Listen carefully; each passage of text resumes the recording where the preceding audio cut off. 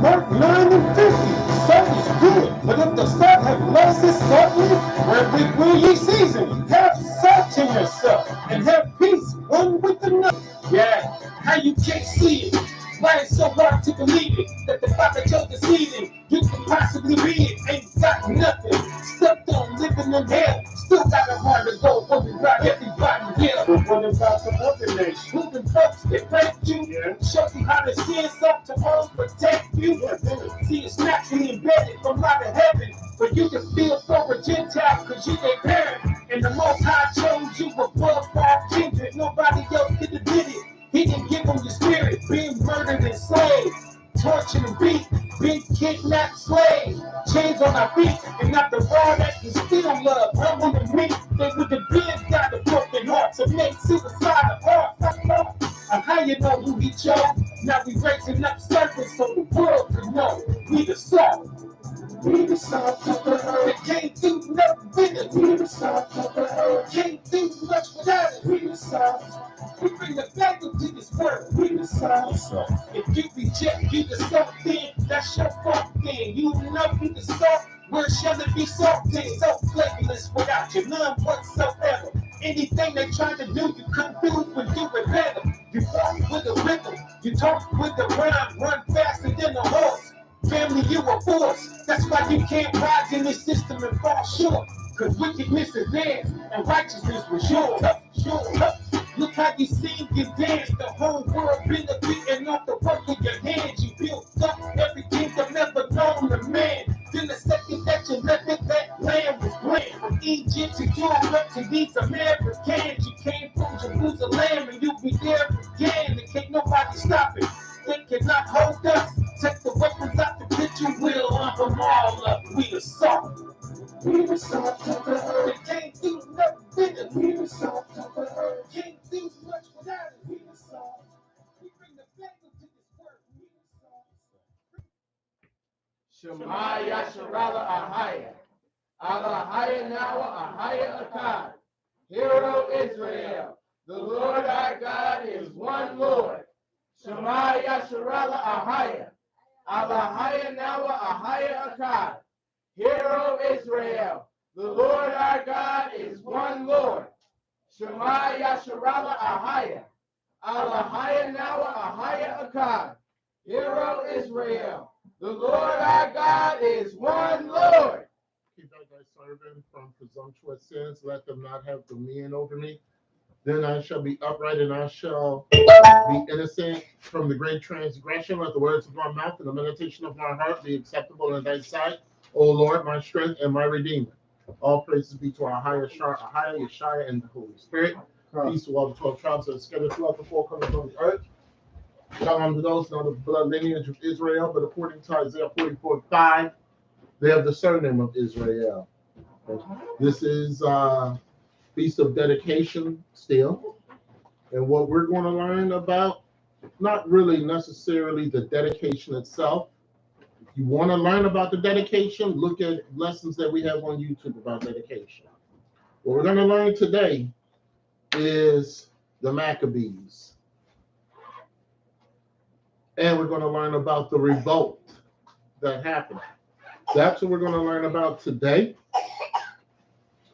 Understand this, because a lot of people think that when a person speaks up about the Sabbath day, that they are a tyrant or they are whatever they want to be.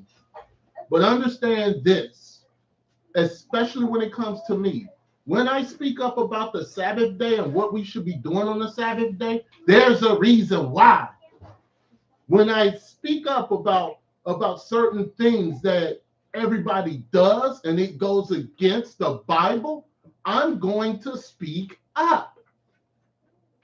We cannot be sitting and be passive in this walk. So if there's something wrong, and let me say this too, in this lesson, whatever you've done in, let's say, the last month, it's going to be shown right here. And the reason why elders come against you because of it is because of this. So we're going to learn about the Maccabees. What's her name? Amana. Yeah. Look on my bed. Get the Josephus, please.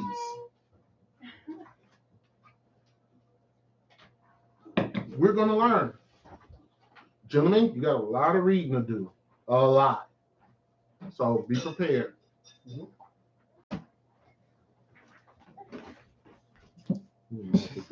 Here. All right. We're going to start this off in 1 Maccabees chapter 2. We're going to read verses 1 through 7. We will be in the Apocrypha. We will be in the book of Josephus. And we will be in the Bible. To understand the Maccabees, and you're probably, the Maccabees in the Bible? Yes, the Maccabees in the Bible. Right, so we're going to bring that today for the Feast of Dedication. This lesson I was going to do next Friday, but it's too long to do next Friday. So that's why we're going to do it today.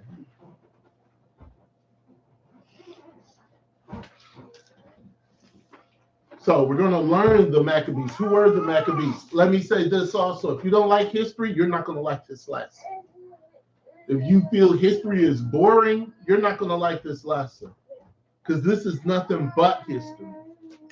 If you feel that, oh, history, yuck, you're not going to like this lesson. But that'd be ignorant because this is our history. Right. So why would you want to know about your own history? Right. And pretty much why we are the way we are. When I say we, I mean us too. Why we are the way we are. Okay? Let's get it. 2 Maccabees 2 and 1. Did I not? Oh no, 1 Maccabees 2 and 1. 1 Maccabees chapter 2, verse 1. In those days arose Matthias, the son of John, the son of Simeon, a priest of the sons of Jorib from Jerusalem, and dwelt in Modin. We're going to understand what Modin is. We're going to understand Matthias. It's really Matthias. Matthias, we're going to understand him. We're going to understand his sons. Well, in particular, 2. Verse 2. And he had 5 sons. Johanan called Caddis, Simon called Thasi, Judas, who was called Maccabeus, Eleazar called Avaran, and Jonathan, whose surname was Aphas. And when he saw the blasphemies that were committed in Judah and Jerusalem, he said, Woe is me! Wherefore was I born to see this misery of my people and of the holy city, and to dwell there, when it was delivered into the hand of the enemy, and the sanctuary into the hand of strangers. All right, we're going to get deep down inside the Maccabees, not necessarily dedication, but the Maccabees. Skip down to verse 66, and let's read verse 66. Verse 66. As for Judas Maccabeus, he hath been mighty and strong, even from his youth up. Let him be your captain and fight the battle of the people. All right, let's go to the book of Josephus. It's book 12. It's Antiquity of the Jews, book 12, chapter 6, section 1, verses 265 through 267. Need a quick education on the Josephus? Yeah. You got it? All right. Book of Josephus. Book of Josephus has several different books in it. One of them is called, and the biggest one is called the Antiquity of the Jews. In the book, how it breaks down by book, then it breaks down by chapter. Then in the chapter, there are sections. In the sections, there are verses. So that's how you break down when you're reading in the book of Josephus. I told the men, get a book of Josephus. You're going to need it. Book of Josephus, chapter 12, section 6. No, I'm sorry. Book of Josephus, book 12, chapter 6, section 1. And read verses 265 to 267. See if that correlates with what we just read in 1 Maccabees 2. Read that. Verse 265. Now at this time there was one whose name was Mattathias, who dwelt at Modin, the son of John, the son of Simeon, the son of Asamoneus, a priest of the order of Joarib, and a citizen of Jerusalem. Mm-hmm. He had 5 sons, Mm-hmm. John, who was called Gaddis, and Simon, who was called Matthias, Mm-hmm. and Judas, who was called Maccabeus, and Eleazar, who was called Aaron, and Jonathan, who was called Apphus. Now this Mattathias lamented to his children the sad state of their affairs, and the ravage made in the city, and the plundering of the temple, and the calamities the multitude were under. And he told them that it was better for them to die for the laws of their country. Wait, what? It was better for them to die for the laws of their country? Really? Is that showing tyranny or is that showing passion? Which one? Keep reading.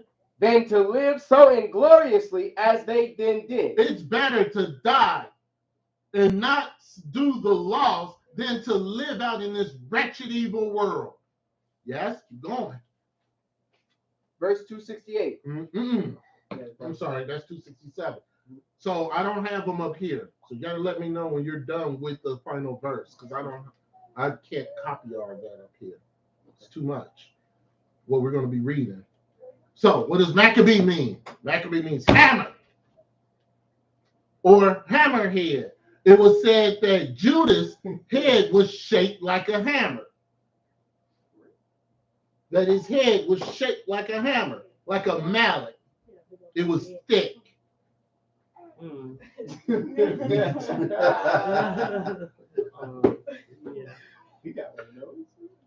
Back in those days, and when I mean those days, what the time frame that I'm talking about is not the beginning. Well, we're going to get to the beginning of the Greeks, but it's in the time frame of the Greeks. So we're speaking of about maybe 200 BC to 140 BC. We're speaking in that time frame. In that time frame, the Persians were the authority. The Greeks were coming up. There was a huge battle that happened at Thermopylae, and from that battle, which the Greeks kind of lost, from that battle, Alexander the Greek rose up. His father was killed in battle. So then Alexander the Greek took over. And regardless of what people say about Alexander the Greek, about him being, a boy lover and all that, he was one of the greatest military minds that walked this earth. The Romans did not conquer the known world as fast as the Greeks did. They didn't do it, right? But, here or there. Let's talk history. So Alexander the Greek, 356 BC to 323 BC. 13 years old. Alexander the Greek, I know they say Alexander the Great, but Alexander the Greek was taught by Aristotle. Everybody know who Aristotle is, right? Aristotle was supposedly one of the smartest men of his era. So he was taught by Aristotle, which he was taught about life, he was taught about consequences, and he had a dream about Hellenizing the entire world. And when I say Hellenizing, you know what I mean, right? Making the whole world Greek. Keep that in mind.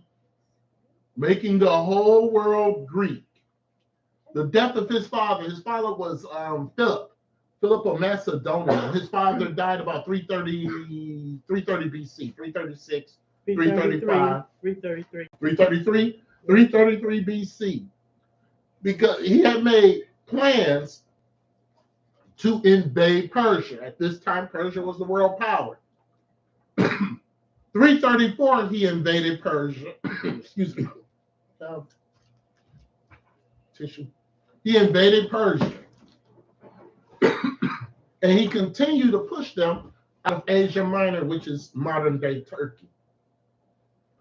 October 333, he defeated Darius III. And the battle is called the Issues. And he marched forward. He conquered Tyre, which you probably heard in the Bible, Gaza, which you probably heard in the Bible, and then he went into Egypt, conquered Egypt. Syria through Syria and Palestine. Yeah, that's Tyre and Egypt, Gaza. Tyre and Gaza. Egypt. Yep. Yeah. About 332 BC, 333, 332. What's your book say? 331. 331 BC. Okay, this is what was going on. Let's see something. Antiquity of the Jews, Book 11, Chapter 8. Book 11, Chapter 8, Section 5. And we're reading verses 329 to 332. Book of the Antiquities, Book 11, Chapter 8, Section 5. You can tell it in Book of Josephus if you get this one, because there are others out there that I wouldn't recommend. It has the book, the chapter, and the section at the top of the page, so it makes it easy. We got it? Book 11, Chapter 8, Section 5, we're reading verses 329 to 332. Verse 329.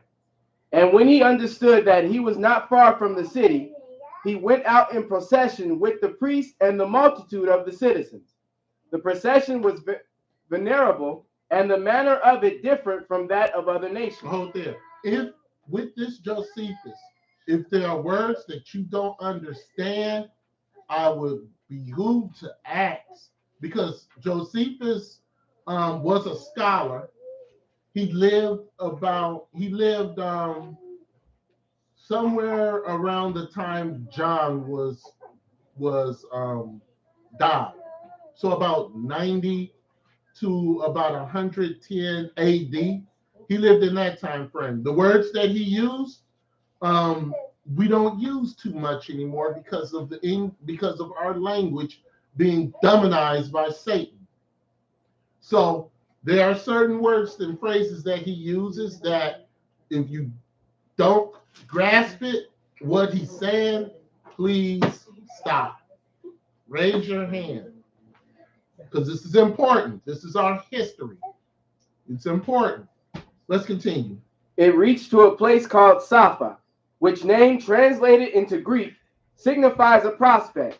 For you have thence a prospect both of Jerusalem and of the temple. Mm-hmm. And when the Phoenicians and the Chaldeans that followed him Mm-hmm. thought they should have liberty to plunder the city, Mm-hmm. the torment the high priest to death, which the king's displeasure fairly promised them, Mm-hmm. the very reverse of it happened. For Alexander, when he saw the multitude at a distance in white garments, while the priest stood clothed with fine linen. Hold there. Alexander the Greek loved the Israelites. He loved everything about what they were doing. That's key. He loved everything about what they were doing. Keep reading. And the high priest in purple and scarlet clothing, with his mitre on his head, having in the golden plate on which the name of God was engraved, he approached by himself and adored that name. Mm-hmm. And first saluted the high priest. He adored Ahiah, Ashar, Ahiah. This is Alexander the Greek. Greek, whatever. Keep going. Verse 332. Mm-hmm. The Hebrews also did all together with one voice salute Alexander, and encompass him about. Whereupon the kings of Syria and the rest were surprised at what Alexander had done, and supposed him disordered in his mind. That's favor. Alexander the Greek was conquering everything. And Syria and all the bordering nations like, wait a minute. Yeah. How are they getting favor and you're destroying us? He liked the name. He loved the name Ahiah, Ashar, Ahiah. He loved it. And what was on their meat trees? The name of God. So what's on y'all meat trees? Yeshua. That ain't just that. But what I'm trying to say is that he even convinced the Israelites to move into Egypt. Who did? Alexander the Greek. I know you probably don't have that part, but I have it. All right, let's go to Daniel, chapter 8. We're going to read verses 5 through 7. According to Josephus, he visited Jerusalem, and he offered sacrifices to Ahiah in the temple. And it was under the direction, the high priest at that time, his name was Jotham. And it was under his direction that they were doing it. So the priest showed him the book of Daniel. This is how Alexander was like, oh, you people are wonderful. Because they showed him the book of Daniel. What did they see? What did he see in the book of Daniel that made it so great and wonderful? That he said, all praises, right? Because the book of Daniel was the one that predicted that Persia would be destroyed. Read that. Daniel chapter 8, verses 5 through 7. Daniel chapter 8, verse 5. And when I was considering, behold, an he-goat came from the west on the face of the whole earth, and touched not the ground, and the goat had a notable horn between his eyes. And when he came to the ram that had two horns, which had seen standing before the river, and ran unto him in the fury of his power. All right, so who's the he-goat? Alexander the Greek. Who's the ram? Persia? Persia. Yeah. Yes, we've taught on this before. Verse 7. And I saw him come close unto the ram, and he was moved with choler against him, and smote the ram, and brake his two horns. And there was no power in the ram to stand before him, but he cast him down to the ground, and stamped upon him. And there was none that could deliver the ram out of his hand. All right, so that doesn't say anything about the Greeks. Why was he so happy? Skip down to verse 20. Read 20 to 21. Daniel chapter 8, verse 20. The ram which thou sawest having two horns are the kings of Media and Persia. Media and Persia, right? Next verse. And the rough goat is the king of Grecia. Read that again. And the rough goat is the king of Grecia. There you go. That's how he knew. And that's how he said, you Israelites are okay with me. Finish the verse. And the great horn that is between his eyes is the first king.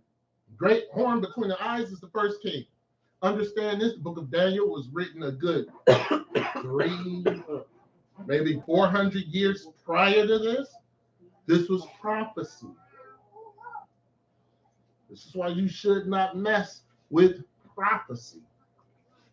So it was prophesied that Alexander the Greek would take over Persia. Take over the world, yes. The world. Persia had the whole world at that time. That's why he gave Is that why the priests were saluting him when he came? Yes. Something happened though. All right. So Alexander accepted this favor and granted the Israelites' request. You want to do your things on the Sabbath day? Go right ahead. You want to keep your ancestral laws? Go right ahead. You want to pay tribute every Sabbath? Go right ahead. You want to do the 50-year Jubilee? Go right ahead. Whatever it is that your God has told you to do, you go ahead and you continue to do it. Go ahead. Don't worry about me. I'm going to go invade Syria and destroy them and make them my slaves. You all are all right. Friendly relationship between Alexander and the Israelites. spring 331. He marched to Persia, defeated Persia, killed the king Persia, declared himself king of Persia. That was about 323 BC. He had 4 generals. What's the name of the 4 generals for those of you who have been in this ministry? Name of the 4 generals, yes? Cassander. Huh? Ptolemy. Seculus. And Antonius. 4 generals that Alexander had under his realm. Then came the death of Alexander.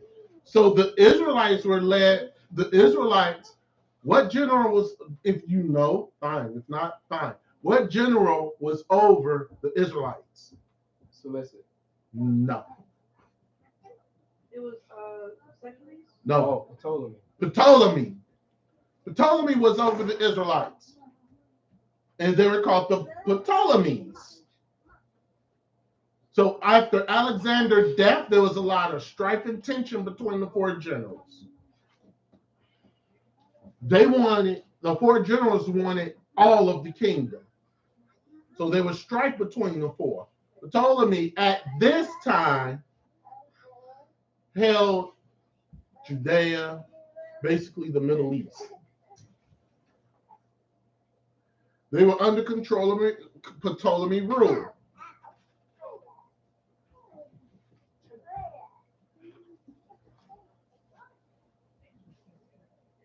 That was like 323 to 315.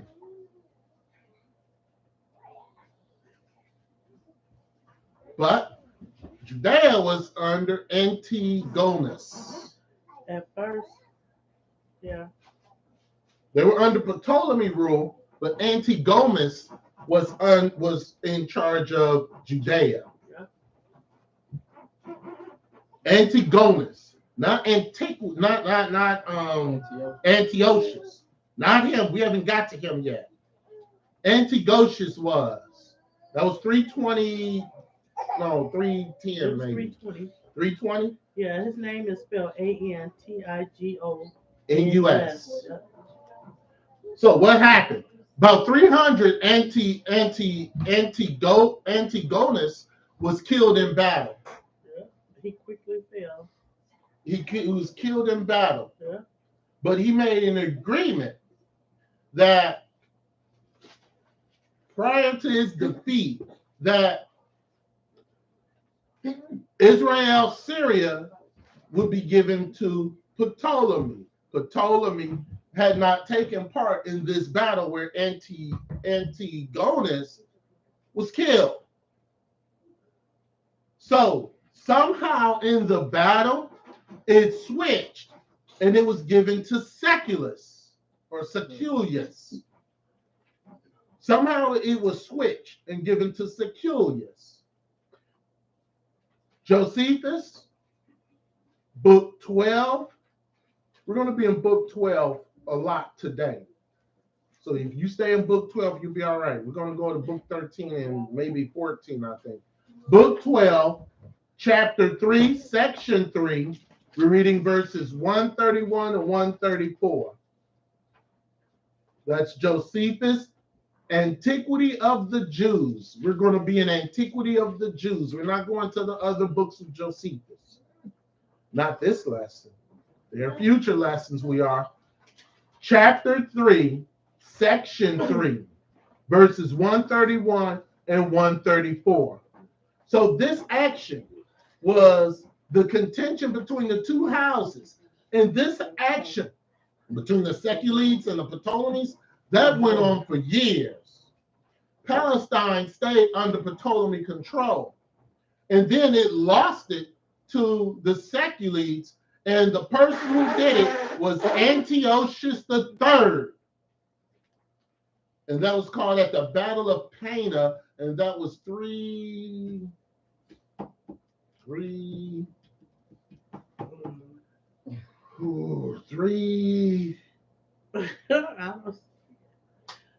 No, it wasn't. It was like 296 or something like that.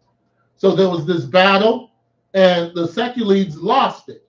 And then the person who was leading the Seculides was Antiochus III, or they called him Antiochus the Great. All right. So yes, ma'am. Before we get to Josephus, You said it. I was going to actually repeat. You said that was Antiochus III, right? Antiochus III, not Antiochus, who we're going to read about later. This is somebody different. Who you say he fought against? Who? What you just said. Ptolemies and the Seculides. They were fighting at the Battle of Panis. And what happened is that the Seculides under Antiochus III defeated the Ptolemies for Palestine. Oh yeah, that was 199 BC. 199 BC. Okay, you I was lost off. me for a minute. I was off by a couple 100 years. Yeah. Right? But this Antiochus is III. why am I going all back this? To let you understand why it is that we got to keep the law, statutes, and commandments. Why? Under any circumstances, and if your feelings are hurt, so be it. I cannot sit by, idly by, and tickle your ears. I'm not going to do it. No. But you know. But we're going to get there, because there's something with this whole thing is the reason why we should be the way we are. Everybody, not just us. You about to say something before we go to Josephus? I was just going to say I could kick myself because. Let me see you do it. You do the back kick. Because in 2000 and March 7th of 2011, we got all this information. Kick yourself. No, kick me too. We had all this information and didn't know it because we was in Christianity, and instead of reading for ourselves, we was listening to the pastor. Christianity don't teach this. Nope. Israelites, they only teach it to a certain degree. What they're so fascinated with is the light that shines. Who cares about the light that shines? And it stayed lit for 7 days on the day oil and all this other madness that they bring out. That does not matter. And I tried to find this Bible again. It's nowhere. It is nowhere. Can't find it because I was going to buy it, or tell people in the ministry about it. But it's nowhere. They don't even make it no more. A lot of good information there. It's in between the testaments. Yeah. Let's read it. Verse 131. Mm-hmm. But at length, when Antiochus had beaten Ptolemy, he seized upon Judea, and when Philopator was dead, his son sent out a great army under Scopas, the general of his forces, against the inhabitants of Celesyria, who took many of their cities, and in particular our nation, which when he fell upon them, went over to him. Yes, if you did not know, Josephus was an Israelite. I know they got pictures of him online. You Google and do the image, and you see this white man. No. Josephus was an Israelite. We can thank the Romans. We can thank the Romans for that. They do everything. They whitewashed them. They made Yeshua a white man. They whitewashed him. They made Michael Jackson a white man. That's something different. This is because they did it because you cannot have knowledge like this. You are not supposed to have knowledge like this. You're not supposed to have understanding like this. You're supposed to be ignorant. And that's why you're not supposed to understand history. And in Josephus, he goes against other historians. He's very sarcastic. Ooh, yes, he is. He's very sarcastic. Yes. And he goes against other historians. But if you want to know what he's talking about, you got to try to look up these other historians he go after. See what they're about. Because there's one that he really hates. That's why I say there is no way if we call ourselves serving the Lord, anybody should be. I'm bored. Oh, really? What you bored of sin? Because you're bored because you're stuck in between your sin cycles. That's why you're bored. It's so much to learn just from our Bibles. I don't know how you all Bibles read, but in between the Old Testament and the New Testament, I got a whole section of all the stuff that Shepherd is talking about and other stuff. It's so much information is broken down, detailed. Right. And we have a teaching on YouTube. I think it's called In Between the Testaments. Yeah. But we didn't go as deep as we're gonna go when we get to doctrines. Yes? I was just gonna say, like, even to this day, they don't want us to have this knowledge because the first spark of knowledge somebody get, the powers that be, they shut them down because they don't want people to know. So it is powerful to know knowledge, but wisdom. Yeah, wisdom. I mean, even down to the tribe of Dan, understanding who the tribe of Dan was. When the people tell you, well, they're going away, they're not in existence. Understanding that Dan was your who? Spartans. So instead of saying the tribe understanding of Dan, that, instead of Dan, they whitewashed Dan, and Dan is not even in the book of Revelation. Oh, I think they whitewashed little Kim too. Where we at? Where we at? Verse 132. Let's read. Continue.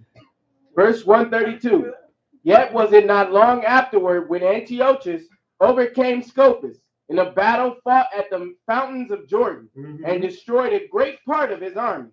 But afterward, when Antiochus subdued those cities of Celesyria, which Scopas had gotten into his possession, and Samaria with them, the Hebrews of their own accord went over to him and received him into the city Jerusalem and gave plentiful provision to all his army and to his elephants, and readily assisted him when he besieged the garrison which was in the citadel of Jerusalem. Did you hear what he said?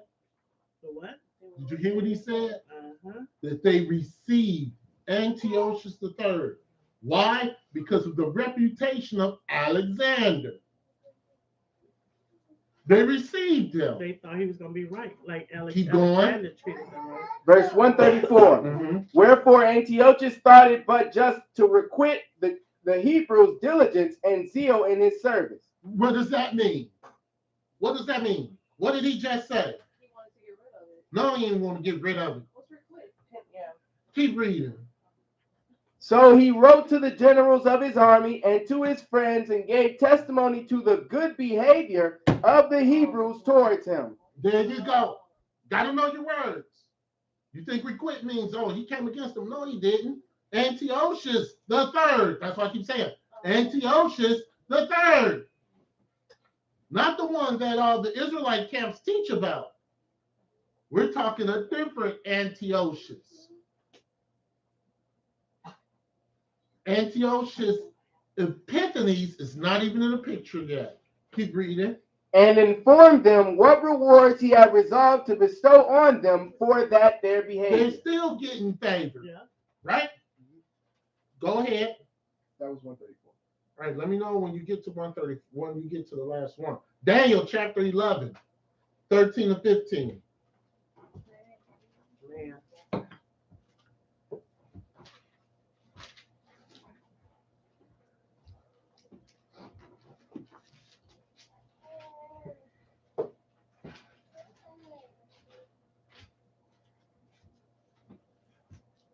Daniel 11, 13 to 15. And Daniel 11, 13 to 15 is what we just read out of Josephus, book 12, chapter 3, section 3. Read that.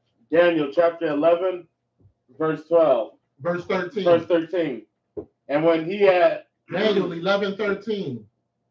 Daniel chapter 11, verse 13. Yep. For the king of the north shall return, and shall set forth a multitude greater than the former, and shall certainly come after certain years with a great army and with much riches. This is talking about what we just read in the Josephus. Keep going. And in those times there were many stand up against the king of the south. Also the robbers of thy people shall exalt themselves to establish the vision, but they shall fall. So the king of the north shall come and cast up a mount and take the most fenced cities, and the arms of the south shall not withstand, neither his chosen people neither shall there be any strength to withstand. So the Seculites now acquired Palestine. The Seculites acquired Palestine. Did I miss? What was the last Josephus we read? Last Josephus was the book of Josephus, Antiquity of the Jews, book 12, chapter 3, I just want section 3. I want to make sure I connect that with that. So the Seculites now have the land, which technically was theirs. Israel under the Seculites. Israel was under the Seculites from 195 to 80 something BC. 80 something. Somewhere around there. Israel remained under the control of the Seculites until Pompey made a providence, and that providence was in Rome, 63 BC. 60-something years. Rome, yes? Who's the king of the north and the south? So, the king of the north, can we go back to the Josephus? It's not really kings. Let's go back to the Josephus.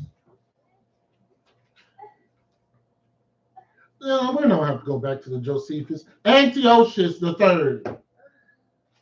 King, the south was the Persians and the Syrians. That's who the south was. Good question, though. I'm glad somebody asked that. Good question. So, Israel under the Seculites. Israel remained under the Seculites until Pompey came. After the victory of the Ptolemies, Antiochus III granted Israelite freedom. So it wasn't just Alexander who did it, but Antiochus III did the same thing. They could worship, do whatever they want according to their laws. You want to operate in a temple, do whatever you want. He exempted the priests from paying any taxes. They didn't have to pay taxes. They didn't have to do anything. They didn't have to do anything. The people in Jerusalem and the people who are Israelites in Palestine, they were free from taxes. They ran their own country. They did their own thing. They were totally separate from the entire Greek Empire. Totally separate. If there were prisoners, they released the prisoners. If there were prisoners in other countries, that was Israel. They released them. They made the kings of those countries let them people go. They go back to Palestine where they worship and they do whatever it is that they're going to do. This is what happened. Go back to the Josephus. We're in book 12. You should be already in chapter 3, right? Section 3, and we're reading verses 150 to 153. So that's Antiquity of the Jews, book 12, chapter 3, section 3, verses 150 to 153.